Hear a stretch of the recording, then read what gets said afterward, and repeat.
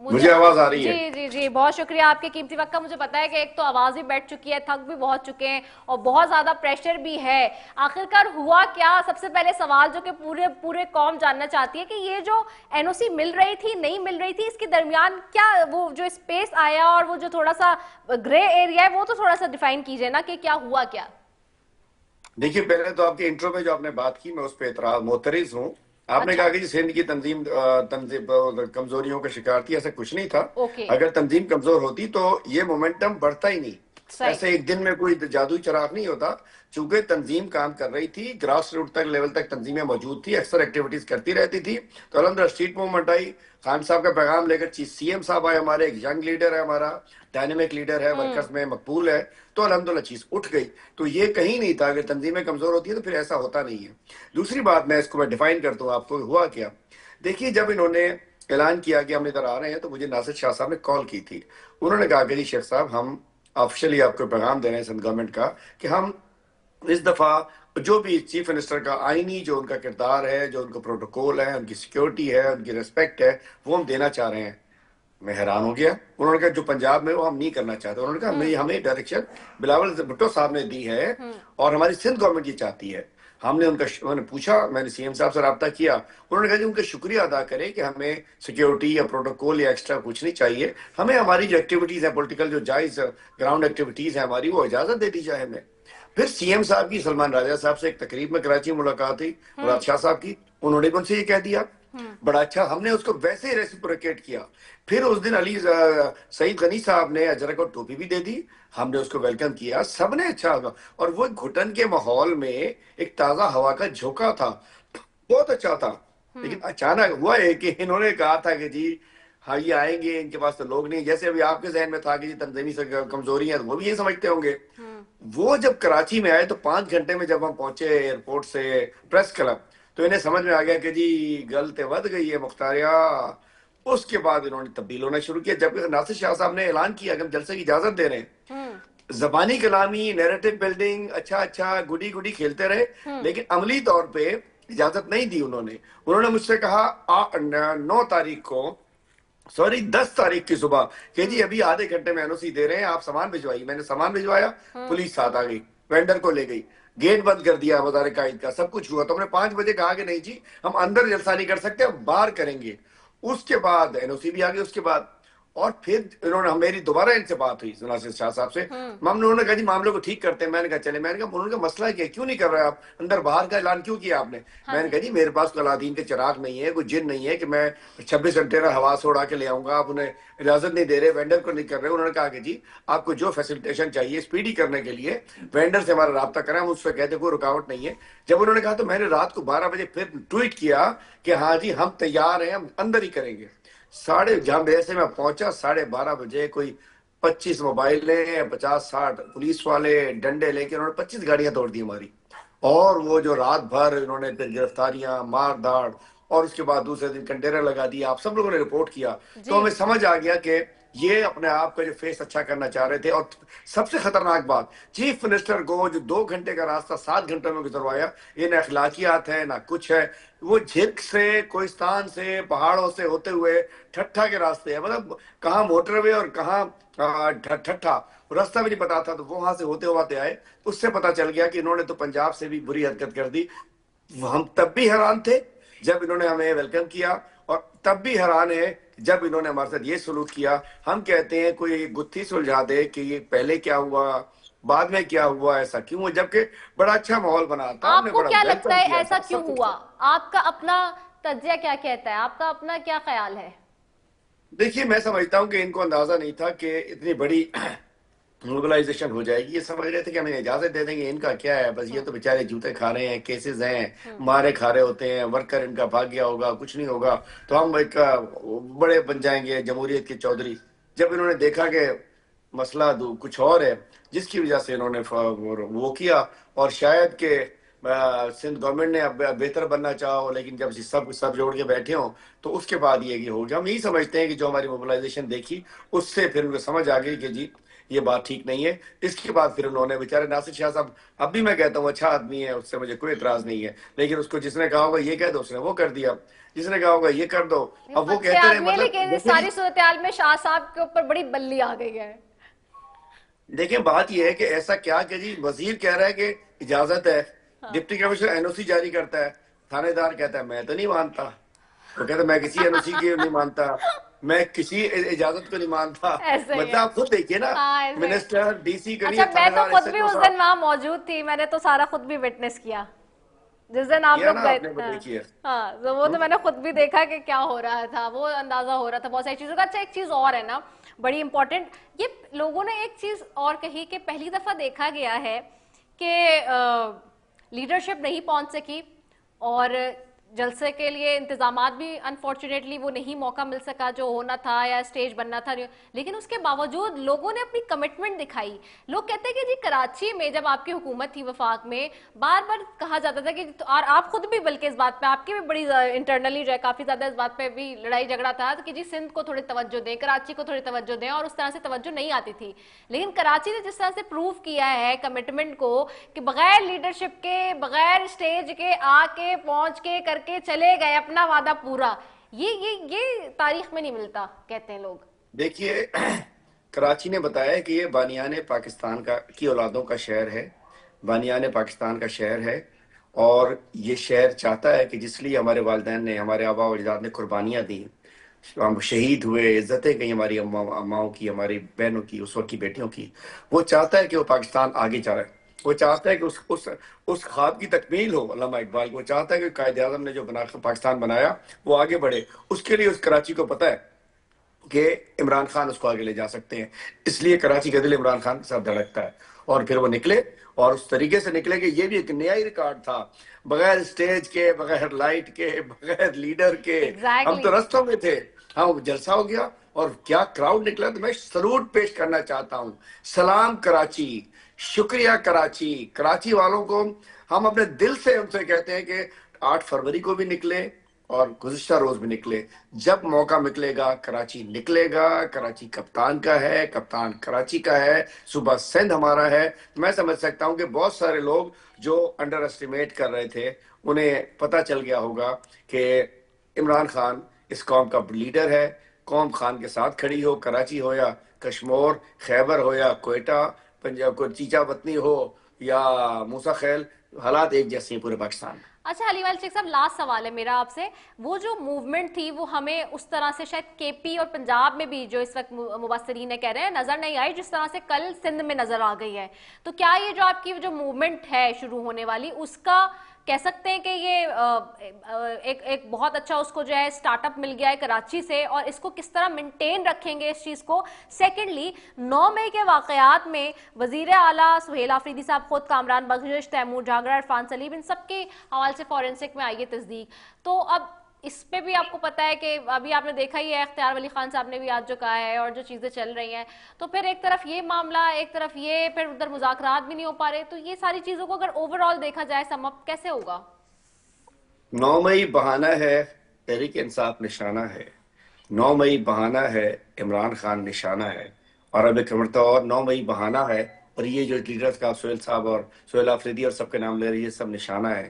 تو دیکھیے 9 مئی کی تو حقیقت ہے نہیں. 9 مئی ایک ڈرامہ ہے جو ہمارے پیچھے لگا ہوا ہے. اللہ کرے گا کسی دن یہ سارا ایک دم سے دھڑام ہو جائے گا، چونکہ ہم سب سے محب وطن جماعت ہیں، ہم پاکستانیوں کی جماعت ہیں، ہم پاکستان کی جماعت ہیں. ہمارا لیڈر اس ملک کا محب وطن ترین لیڈر ہے، اور الحمدللہ جب وقت ہوتا ہے یہ قوم سب کے ساتھ کھڑی ہوتی ہے. 10 مئی کی جب واقعہ تھا یہ قوم ہی تھی، ہماری یہی سوشل میڈیا تھی جو افواج کے ساتھ کھڑی تھی. ہم آج بھی پاکستان کے ساتھ ہیں، اور میں سمجھ سکتا ہوں کہ 9 مئی انشاءاللہ کوئی ایک دن آئے گا یہ سب بیانیہ دھڑام سے گزر جائے گا. بات یہ ہے کہ ایک صوبے کے الیکٹڈ نمائندے کو اس طریقے سے اگر کچھ ہوا، تو آج تک دیکھیے نا سب کچھ کرنے کے باوجود آپ نے کل دیکھ لیا تھوڑا سا موقع ملا لوگ تو نکل آئے ہمارے. بات یہ ہے کہ کچھ نہیں ہونا ان سے، یہ سب فضول ہے. انشاءاللہ جھوٹ کا پلندہ ہے، ختم ہو جائے گا.